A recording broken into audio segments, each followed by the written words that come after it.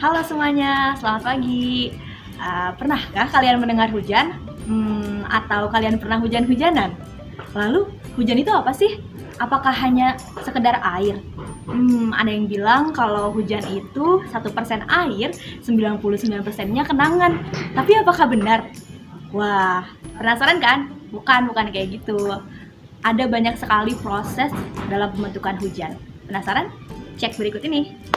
Bermula dari matahari yang memanasi air sehingga berubah menjadi uap air, proses ini dinamakan evaporasi. Kemudian uap air tersebut mengalami proses kondensasi sehingga berubah menjadi air. Tetes tersebut akan mengalami proses tumbukan dan tangkapan sehingga tetes besar akan bergabung dengan tetes kecil membentuk tetes yang berukuran lebih besar. Sehingga tetes tersebut akan semakin berat dan jatuh ke permukaan sebagai butiran hujan. Hal ini dapat diilustrasikan ketika kita menyemprotkan spray ke kaca sehingga terbentuk tetes-tetes. Semakin banyak spray yang disemprotkan, maka tetes tersebut akan membentuk butiran yang semakin besar dan jatuh ke bawah. Seperti itu. Sebagai wilayah dengan kondisi geografis yang strategis, maka pola curah hujan di Indonesia pun dipengaruhi oleh beberapa hal atau fenomena. Salah satu fenomenanya yaitu Madden-Julian Oscillation atau MJO. MJO ini dapat menyebabkan perubahan anomali atau penyimpangan pola curah hujan sehingga pola curah hujan berbeda daripada biasanya. MJO merupakan mode osilasi yang dominan di ekuator. Osilasi ini dihasilkan dari sirkulasi sel skala besar dari ekuatorial yang bergerak ke timur dari Laut Hindia ke Pasifik Tengah. MJO sering diasosiasikan dengan terbentuknya awan-awan super cloud cluster. Dengan menggunakan disdrometer dan microwave radar atau MRR, maka proses mikrofisika atau proses terbentuknya hujan tersebut dapat diidentifikasi. Hal ini dikarenakan disdrometer dan MRR dapat menghasilkan struktur mikrohujan seperti distribusi ukuran butiran hujan, reflektivitas, dan lain-lain. Maka penelitian kali ini berjudul Analisis Karakteristik Struktur Mikrohujan saat periode Madden-Julian Oscillation atau MJO dengan microwave radar, MRR, dan disdrometer di Tangerang Selatan. Pembimbingnya yaitu Pak Nurjana Joko dan Pak Vindi.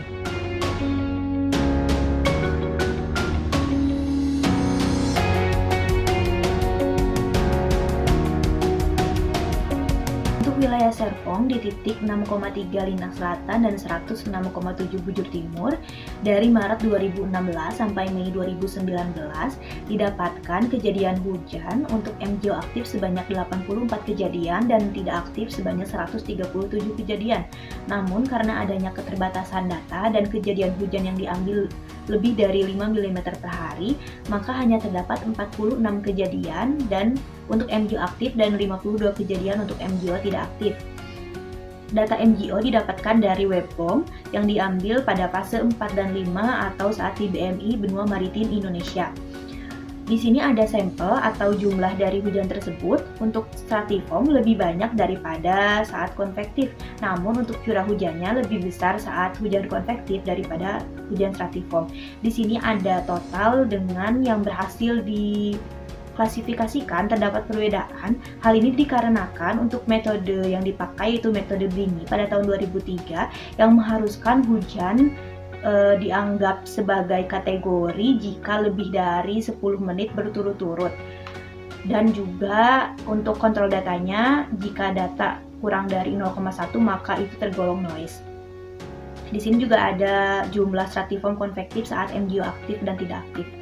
Lalu, di sini ada siklus diurnal di Serpong sendiri. Siklus diurnal puncaknya berada pada pukul 16. Namun ketika MJO terjadi pergeseran menjadi pukul 15, namun keduanya menyebutkan bahwa siklus diurnal terjadi pada puncaknya pada sore hari. Dan juga untuk di sini ada contoh reflektivitas yang di sini ada berwarna hitam dan kuning. Untuk berwarna hitam itu termasuk hujan konvektif, yang kuning itu termasuk hujan stratiform. Di sini bisa kita lihat bahwa hujan konvektif itu memiliki reflektivitas yang cenderung besar dari semenjak di permukaan, sedangkan untuk stratiform itu cenderung tidak terlalu besar. Hal ini dikarenakan hujan konvektif sendiri itu merupakan hujan yang cukup lebat, namun biasanya lokal, sedangkan hujan stratiform sendiri itu hujan yang biasanya berbentuk gerimis, namun wilayah atau areanya cenderung lebih besar daripada hujan konvektif. Untuk di sini ada salah satu contoh dari raindrop size distribution, diperlihatkan bahwa ketika diameternya semakin membesar, ini diameter sumbu Y-nya, maka konsentrasinya semakin mengecil. Bisa dilihat di sini konsentrasinya semakin mengecil.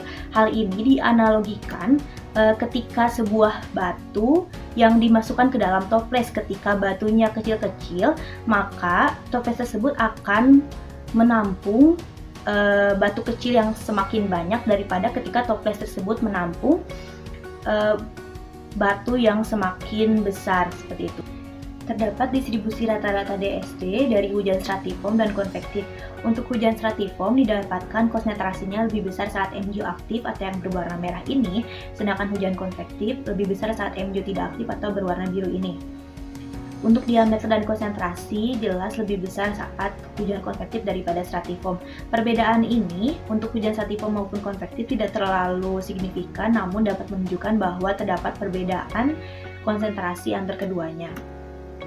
Di sini ada profil dari DST, yaitu parameternya DM dan NW. DM dan NW ini didapatkan dari metode momen dan juga distribusi gamma. DM sendiri merupakan mass weighted diameter atau ukuran rata-rata tengah diameter, dan NW sendiri merupakan parameter intercept atau konsentrasi total. Bisa dilihat untuk DM dari semua kondisi lebih besar pada saat MgO tidak aktif. Ini bisa dilihat di sini. Sedangkan untuk NW lebih besar saat MgO aktif. Kecuali untuk di sini MgO tidak aktif dan konvektif beda sendiri. Lalu ada profil parameter lain dari di sini hujan konvektif, yang sebelah kiri merupakan MgO aktif dan sebelah kanan merupakan MgO tidak aktif. Dari keempat parameter ini, mulai dari LWC, reflektivitas, rain rate, dan kecepatan jatuh, memperlihatkan bahwa saat MgO tidak aktif lebih besar daripada saat MgO aktif. Seperti itu. Di sini ada profil dari hujan stratiform. Untuk sebelah kiri untuk MgO aktif dan kanan MgO tidak aktif, dan juga ada hujan konvektif yang di bawah ini. Bisa dilihat untuk perbandingan antara hujan konvektif dan stratiform jelas akan lebih besar saat hujan konvektif. Namun untuk hujan stratiform juga mengatakan bahwa saat MgO tidak aktif nilainya lebih besar daripada saat MgO aktif. Untuk hujan stratiform sendiri di sini kita bisa mengetahui lapisan bright band atau lapisan di mana terjadinya perubahan dari fase es menjadi fase cair, sehingga akan terjadinya perubahan atau lonjakan nilai yang begitu tinggi, sehingga ini ada tekukan yang begitu besar. Untuk lapisan bright band di Serpong berada pada ketinggian 4-5 km.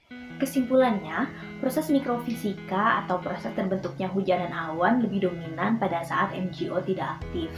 Hal ini dapat dilihat pada parameter-parameter yang telah dihasilkan. Bermula pada proses evaporasi dan juga updraft yang membuat uap air terangkat ke atas, dan juga terjadi proses kondensasi di dalam awan sehingga terbentuknya tetes-tetes awan. Tetes-tetes tersebut mempunyai ukuran yang berbeda-beda. Tetes yang lebih besar mempunyai kecepatan terminal yang lebih besar daripada tetes berukuran kecil, sehingga perbedaan kecepatan ini membuat adanya proses tumbukan dan tangkapan. Proses tumbukan dan tangkapan ini dapat membuat tetes semakin membesar. Ketika tetes semakin membesar, maka gaya gravitasi akan semakin besar daripada gaya updraftnya, sehingga kecepatan jatuh dari tetes tersebut akan lebih besar, dan akhirnya tetes tersebut jatuh ke permukaan sebagai butiran hujan.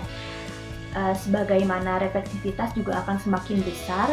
Hal ini dikarenakan sesuai dengan prinsip efek Doppler juga, semakin dekat benda dari suatu subjek, maka gelombang yang dihasilkan juga semakin besar. Hal ini juga berlaku untuk prinsip radar.